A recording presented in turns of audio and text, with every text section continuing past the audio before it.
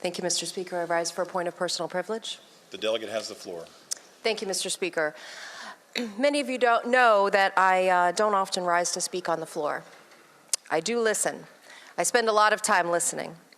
In my early career as a counselor, I listened to people in times of great crisis. As a member of this body, I listened to subject matter experts on a wide variety of topics, often with conflicting viewpoints. As a mother, I listened to my children about issues that sometimes seem trivial, though I try to remember how it felt to have such big feelings when I was their age.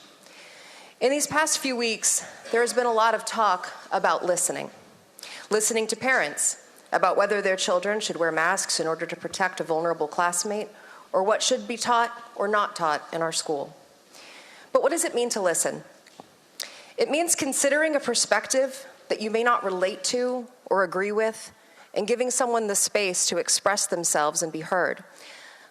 We can't truly hear when we lay our own thoughts over someone else's words. So while we hear this administration is going to listen to parents, it does seem like a lot of parents are not feeling heard. Parents like many in my district who support the local authority of those duly elected to make local decisions to decide what CDC guidelines our school district will implement, or on how we educate our children on sensitive and uncomfortable aspects of our history. But whether this administration is truly listening to parents or only the voices they agree with, I can tell you who is hearing every word: our kids.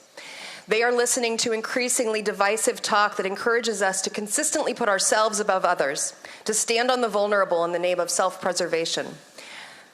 That a simple gesture of wearing a mask in a classroom to protect the immunocompromised child sitting next to you is a violation. That the discomfort of listening to the truth of a friend whose history is painful can be too much. I fear that the message we're sending this generation is less about how we can live our lives in service and love, and more about how to hold your own comfort and your own personal opinions above all else.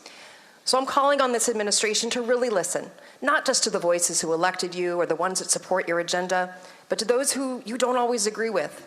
I'm urging this administration to consider the message we are sending our kids, and I call on this administration to set the example, showing how to be devoted to one another in love and honor one another above ourselves. Thank you, Mr. Speaker.